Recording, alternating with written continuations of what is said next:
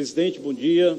Bom dia, deputados e deputadas, aqui nossos visitantes, estudantes aqui visitando, aqueles que estão nas galerias fazendo a manifestação em defesa da convocação do escrivão, que eles foram aprovados num concurso já realizado. Acho que é isso.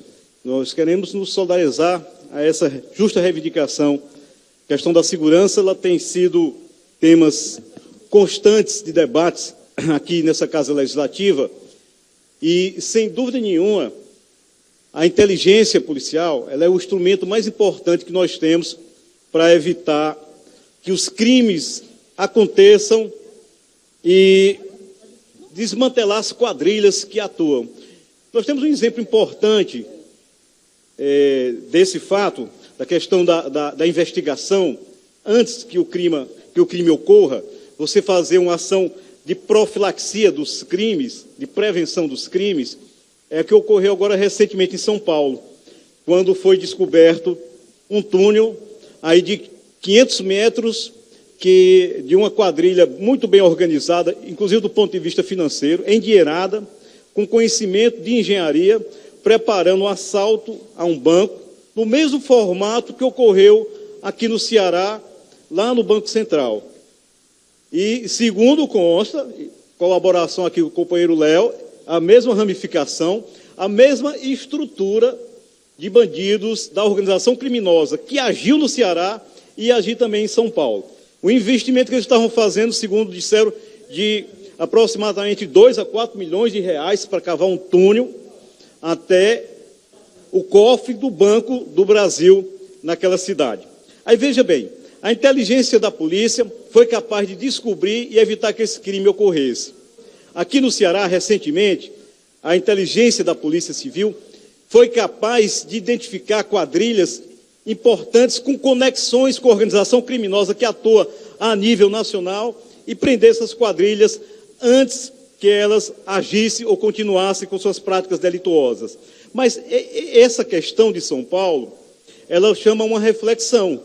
Primeiro porque os bandidos, alguns deles são remanescentes do crime daqui, estavam em liberdade. Liberdade para planejar e executar um outro crime. Isso mostra uma falha no Poder Judiciário que permitiu a esses bandidos entrarem e sair da cadeia e continuarem com as suas ações. E outros lá, integrantes desse grupo criminoso, inclusive com vários antecedentes. Então eram para estar presos.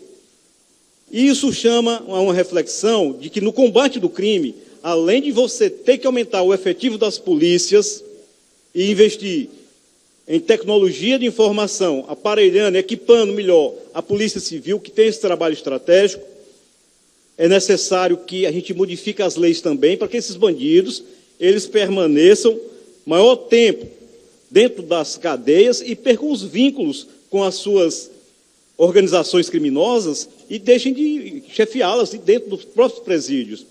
Então, são várias questões que nós precisamos levar no debate sobre a segurança, que vai separar o crime em suas várias formas. Deputado, ali Aguiar, se for possível, seu fã. Pois não, Eli. Aqueles bandidos, aquelas organizações criminosas que fazem o tráfico de droga, aqueles outros que fazem os pequenos delitos pela sua subsistência, e as várias motivações, interpretar cada uma delas e procurar dar uma resposta para cada uma no formato adequado e necessário e contundente, para que ela permaneça a agir e sofra pequenos entraves, pequenas dificuldades, que na verdade não alteram em nada a estrutura de funcionamento desse crime organizado, muito poderoso e arrogante, que se infiltrou no aparelho de Estado. A que nível chega a coisa no Brasil? Ontem, um grupo de bandidos fez um assalto em São Paulo e lá deixaram uma mensagem para o presidente Temer, dizendo que não só era ele que roubava, eles também roubavam.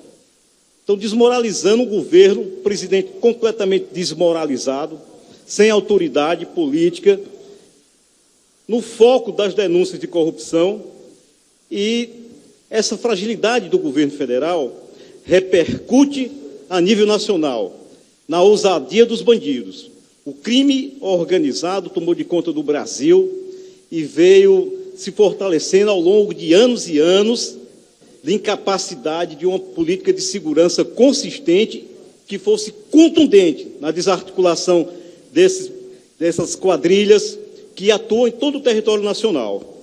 E muitas vezes a nossa polícia aqui no estado do Ceará, que é combativa, que tem grandes méritos, que realiza um trabalho cotidiano, diuturnamente, de enfrentamento com essa marginalidade, ela não consegue resultados melhores porque os bandidos se refugiam nos estados vizinhos. Possível, a parte, Leonardo Pinheiro. Os bandidos saem atravessando as fronteiras dos estados e correm, quando aqui são combatidos, se refugiam em outros estados, a polícia não pode ir até lá. Então é preciso que haja essa integração. E a falha na segurança nacional, ela é o fator fundamental da perseverança dessas atividades ousadas do crime organizado. O governador Camilo tem agido com todas as forças, com todas as energias possíveis num estado como o nosso e numa situação de crise econômica. Valorizou os policiais, comprou novas viaturas, comprou armamentos, treinou o policiamento. Hoje nós temos o BP Raio, que é um agrupamento de policiais muito bem treinados, rápidos, firmes no combate ao crime, e esse efetivo será dobrado no próximo ano, aqui na região metropolitana. Esse efetivo será expandido para todas as cidades com mais de 50 mil habitantes, mais 600 viaturas serão compradas, mais armamento, e é necessário aumentar e ampliar ainda mais o investimento na nossa Polícia Civil. Eu aqui defendo a implantação de um projeto piloto com o oficial de polícia judiciário.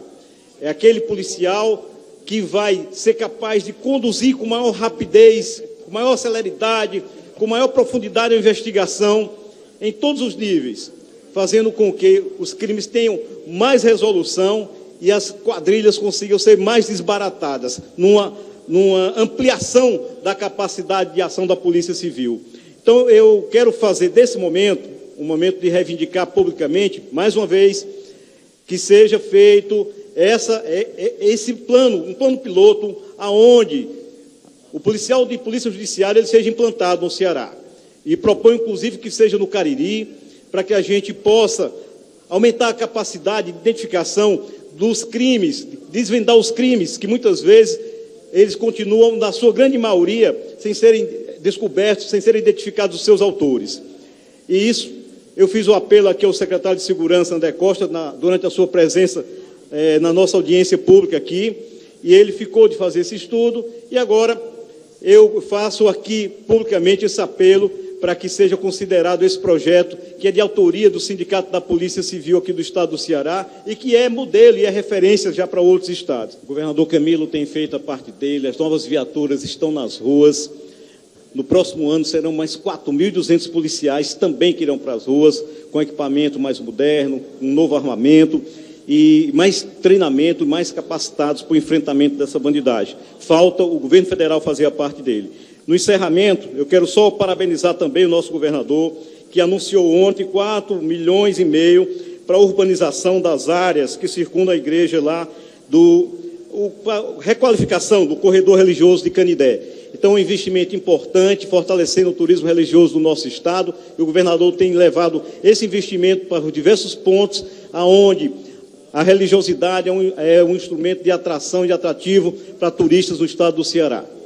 Nós vemos esses investimentos feitos lá no Crato, lá no entorno da Nossa Senhora de Fátima. Nós temos isso feito lá em Juazeiro, quando o governo vai investir na construção de um teleférico para o Horto, também o letreiro na Serra do Horto, que é a reivindicação popular que vem de muitos anos e que certamente irá dar uma marca própria à nossa cidade, sendo uma das imagens que será de referência para o atrativo dos visitantes, que em torno de 2 a 3 milhões passam anualmente lá na Serra do Horto para visitar o Monumento do Padre Cícero, o Museu Vivo, para conhecer um pouco da história daquele que é tido como o patriarca do Nordeste e uma referência religiosa para milhões de nordestinos. O Camilo investe na requalificação dessas áreas no entorno lá da estátua do Padre Cícero, é uma obra fantástica, que é parte do projeto Ceará de Ponta a Ponta e que vai fazer com que os milhares de veículos que vão a Juazeiro tenham um trânsito melhor e mais adequado. E isso é muito importante para permitir um acesso mais fácil à nossa cidade, não ter um transtorno no trânsito como ocorre normalmente nos períodos de romaria, em que a população do nosso município ela duplica e as pessoas, obviamente, a quantidade de veículos muito superior ao que suportava o centro da cidade, torna o trânsito muito congestionado. E com essa obra, que é o anel viário, que está sendo concluído já em Juazeiro, a gente vai ter a solução definitiva para esse problema.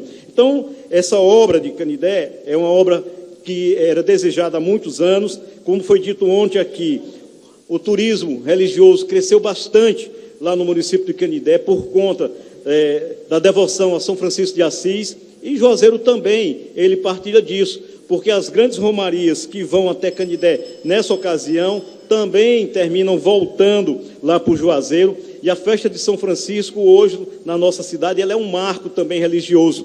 Lá o Frei Barbosa, que é um religioso que presta um serviço relevante à nossa cidade, ele comanda junto com os demais frades da Capela de São Francisco, no Santuário de São Francisco lá em Juazeiro, uma grande procissão que ocorre também todo dia 4 de outubro e é acompanhada por milhares de fiéis do São Francisco. Então, parabéns, governador Camilo Santana, por essa atenção especial com as romarias de Canidé, liberando aí 4,5 milhões para a requalificação do corredor religioso daquela cidade.